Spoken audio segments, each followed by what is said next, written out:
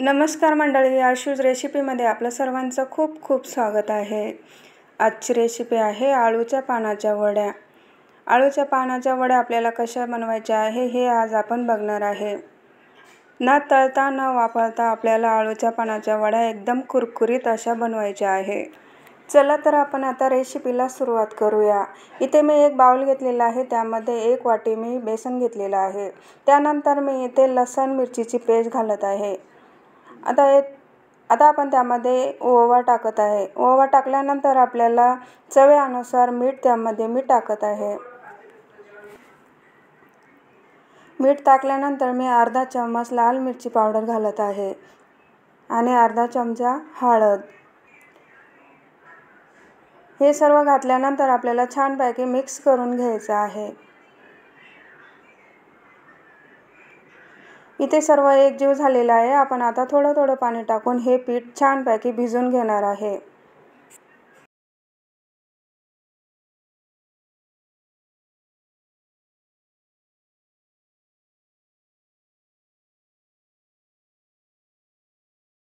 इथे आपण बघू शकता, अशा पद्धतीने आपल्याला हे बेसन छान असं भिजून घ्यायचं आहे। जास्त पतलं पण नाही आणि जास्त घट्ट पण नाही, मीडियम मध्ये आपल्याला हे पीठ ठेवायचं आहे। त्यानंतर आपण आता पुढची स्टेप बघूया। इथे मी एक पाट घेतलेला आहे। पाटावर मी सर्व पानं बेलण्याने सर्व लाटून घेणार आहे। त्यानंतर आपण आता त्या पानाला छान असं बेसन लावून घेणार आहे। इथं आपण बघू शकता, अशा पद्धतीने आपल्याला छान असं बेसन लावून घ्यायचं आहे। आता आपण त्या पानाला फोल्ड करून थोडं थोडं बेसन लावून त्याचा रोल बनवून घेणार आहे।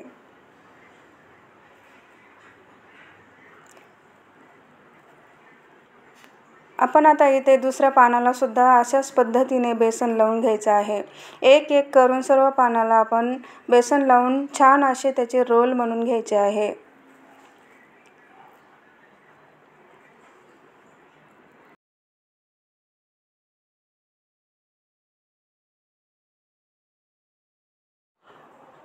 हे आळूचे पानं एकदम खाण्यासाठी खूप टेस्टी लागतात आणि एकदम छान असे चवदार लागतात।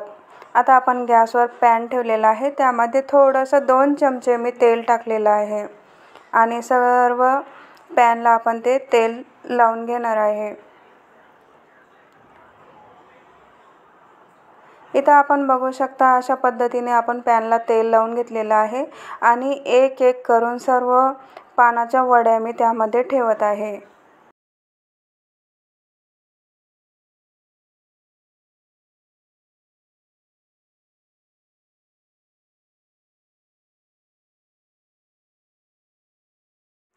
इथं आपण बघू शकता, आपल्या आळूच्या वड्या छानपैकी ठेवून झालेल्या आहे। त्यानंतर आपण आता 2 मिनिटं झाकण ठेवणार आहे। इथं आपले 2 मिनिटं झालेले आहे। आता आपण झाकण काढून बघूया। इथं आपण बघू शकता, आपल्या आळूच्या वड्या छान अशा वाफ देऊन झालेल्या आहे। आता आपण पलटून देऊया।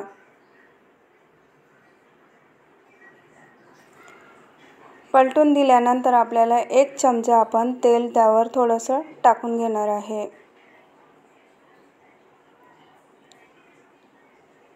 तेल टाकल्यानंतर आपल्याला अशाच पद्धतीने पॅन थोडासा फिरून घेणार आहे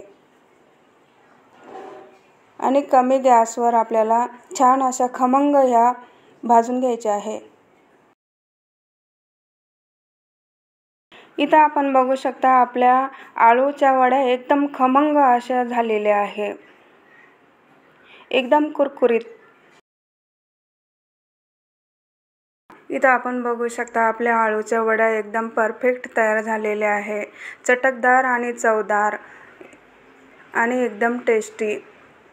आळूच्या पानाची तुम्हाला जर रेसिपी आवडली असेल तर नक्कीच कमेंटमध्ये सांगा तुम्हाला कशी वाटली ती। आशूज रेसिपीला लाईक करा, शेअर करा आणि सबस्क्राईब करा। धन्यवाद।